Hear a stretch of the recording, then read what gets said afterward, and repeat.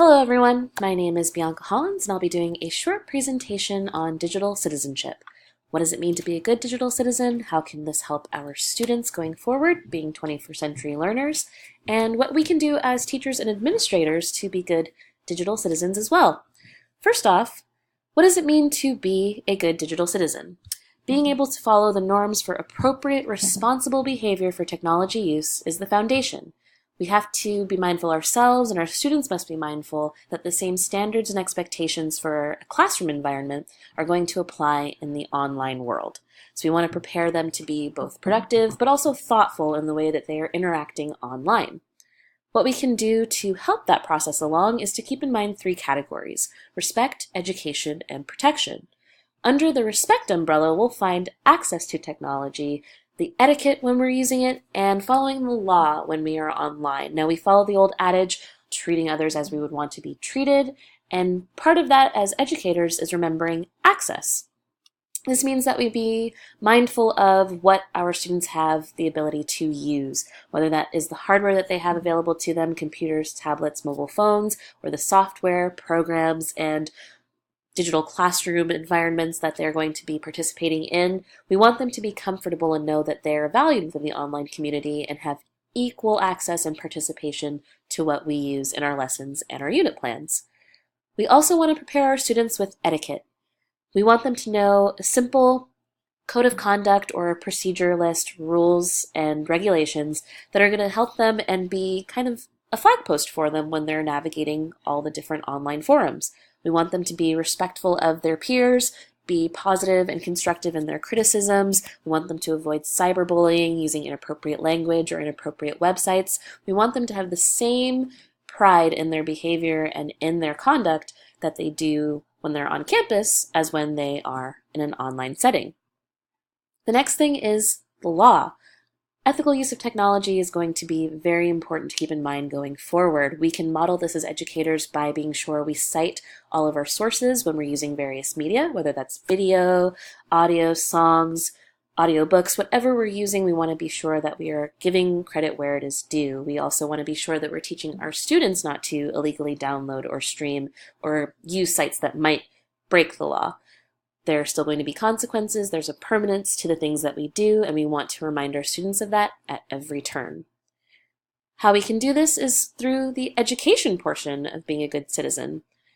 We want to make sure that our students are technologically literate, that they're able to communicate effectively, and that they're doing what they're supposed to do when they are purchasing things online.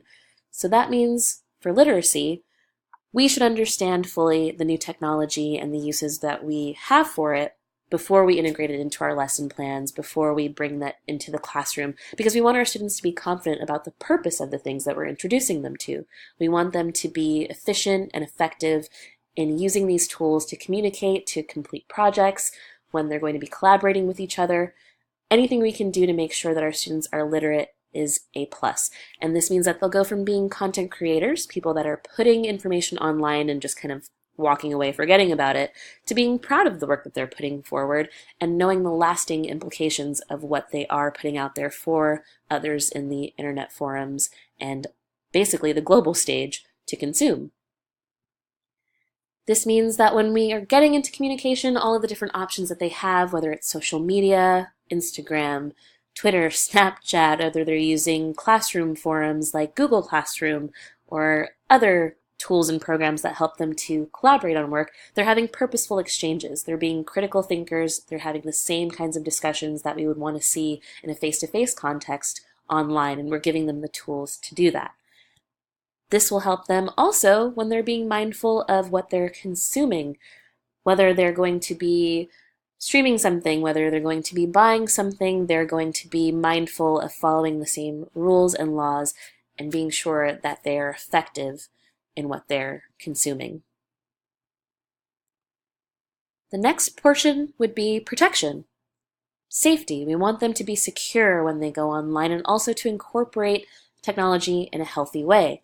This means being mindful of their rights and responsibilities. They still have free speech, they still have a right to privacy, and it's very important that they know the boundaries and limitations of what they are able to do and what they are not able to do when they go online, so that they're not being harmful to others, and likewise, others are not going to be harmful to them in their interactions. This will help not only for them to use the technology in a comprehensive way, but it'll help them also to use it as an addition to their lives rather than being consumed in it in any unhealthy way. We want them to go in being enthusiastic and excited to participate, not feeling like they're going to be entering a forum where they're going to be criticized or be unfairly attacked, say in cyberbullying or pranking. We want to eliminate that as much as possible by being watchful of what our students are using and how they're speaking to one another when they're online. And a major factor is security, remembering to protect themselves, being mindful of having passwords for the things that they're entering and keeping those passwords to themselves, keeping sensitive information to themselves, and also being smart about having backups, being smart about having their information stored securely and in safe places and not just freely available to anyone who is going to be using these forums with them. All of this will culminate in helping them to access the 21st century framework.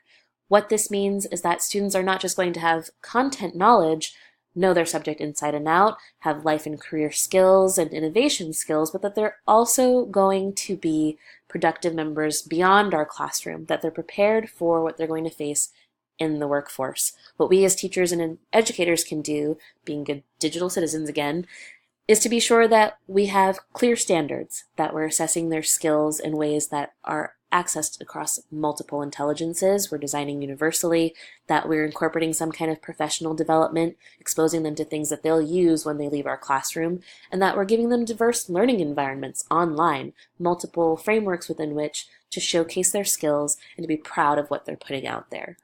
And what will this all do ultimately for our students is it will amplify their voices, but also give them an understanding of how they're going to be perceived on the global stage. We want them to understand the gravity of their online identity and what it's going to mean for them, not just in the immediate future, but far-reaching as they enter a more globalizing workforce, as they enter a larger online community outside of what we introduce them to or have available to them. We want our students to be as prepared as possible. We as educators want to be as communicative and open as possible, and that can only be a positive going forward for everyone involved if we all practice good digital citizenship.